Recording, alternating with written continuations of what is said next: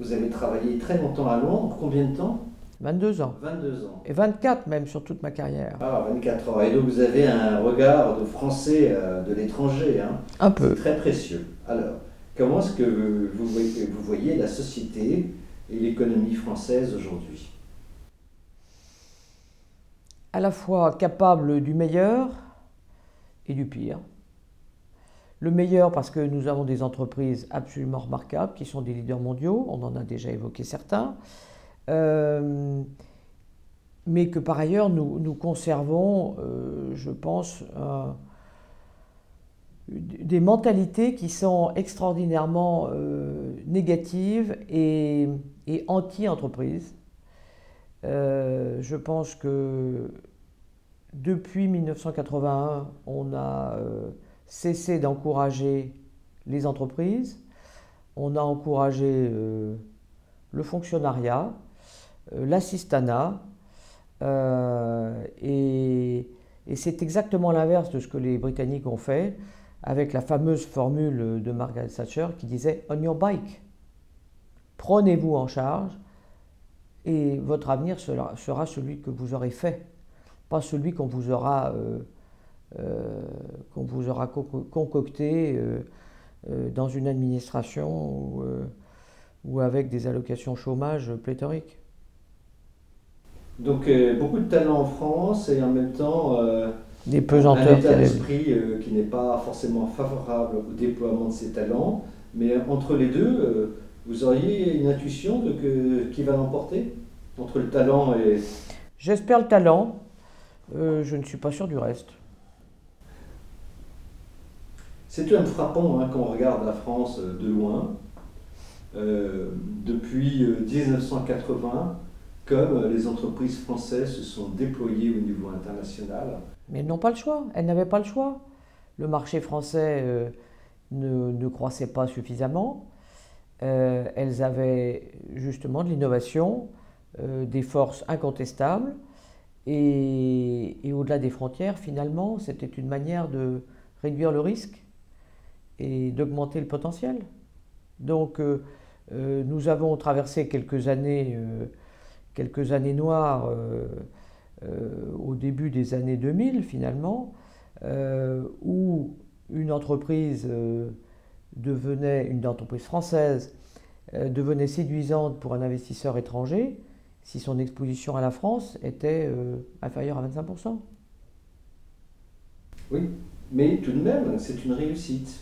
Oui, ah mais c'est une énorme réussite. Mais j'ai dit que les l'expliquer? entreprises Parce que françaises, mais parce que justement, les entreprises françaises, je pense, un peu pessimistes sur l'environnement français stricto sensu, n'ont eu de cesse d'aller chercher du développement ailleurs. Et ça a coïncidé avec l'explosion des marchés émergents, et donc les succès commerciaux ont été au rendez-vous. Et puis après, les succès en appellent d'autres, et puis après, on peut aller produire ailleurs aussi, et ça renforce encore la moindre dépendance vis-à-vis de l'écosystème français et du marché français, et ça ne peut que augmenter les succès. Alors vous connaissez bien l'économie anglaise, parce que vous avez vécu donc plus de 20 ans en Angleterre.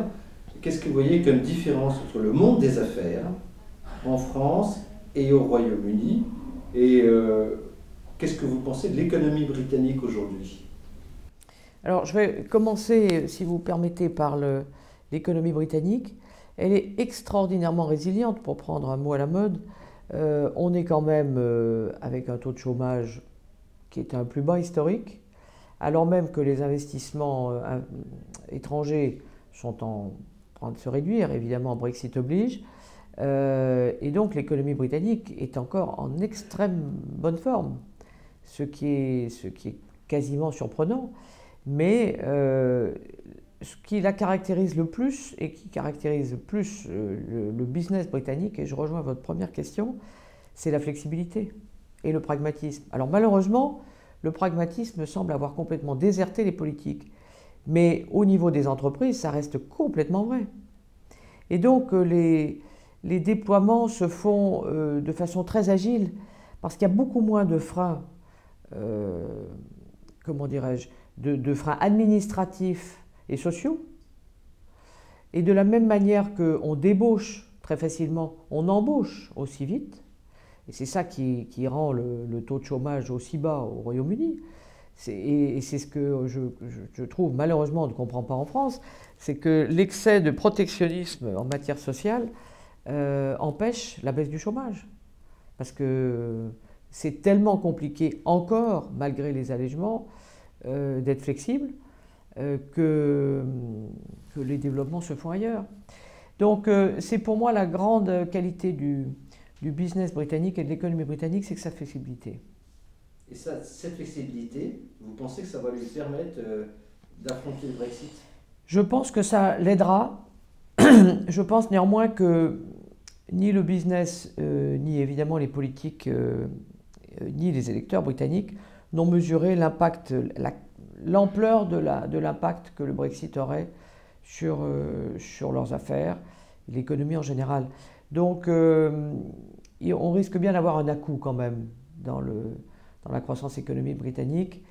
Ça n'est pas encore finalement très perceptible, mais je crains que ça le devienne.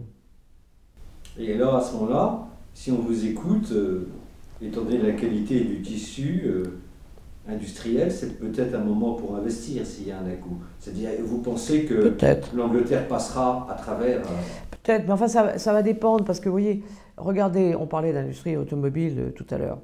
Nissan a une usine phare en Europe à Sunderland, qui est, paraît-il, je ne l'ai jamais visitée, mais vraiment la référence en matière d'usine pour l'industrie automobile en Europe, voire même dans le monde. Bon, Nissan a indiqué que vraisemblablement, ils allaient fermer cette usine et fermer leur fabrication au Royaume-Uni. Ça sera difficile de prendre le chemin inverse quand même. Hein. Malgré la flexibilité britannique, ça risque de mettre un certain temps. Donc, il risque quand même d'y avoir des à-coups. Je crains aussi les droits de douane pour l'économie britannique. La consommation agroalimentaire en Grande-Bretagne est très très largement alimentée par des importations.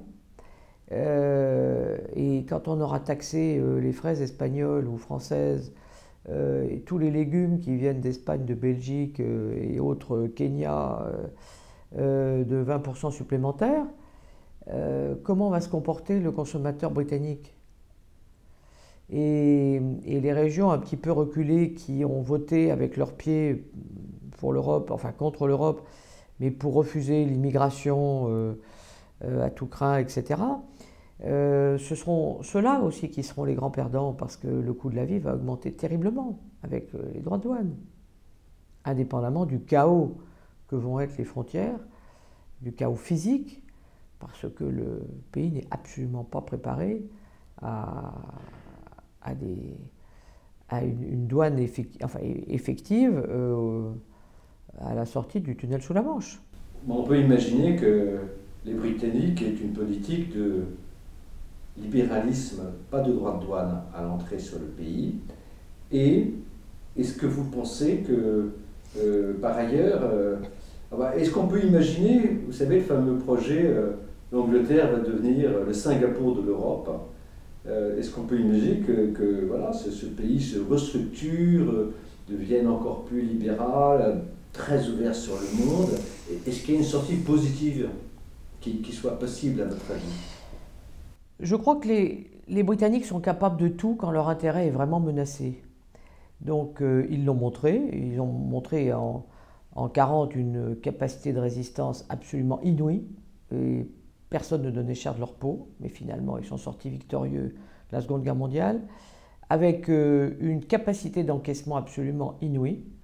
Et donc je pense que oui, le Royaume-Uni est un pays qui a une capacité qui a un ressort absolument incroyable. Mais ça va mettre du temps, parce qu'avec l'Europe, les choses étaient quand même faciles. Et il va falloir remonter pas à pas, main par main, une falaise qui est devenue quand même très abrupte. Mais je pense qu'ils sont capables d'y arriver. Mais il va falloir monter la falaise.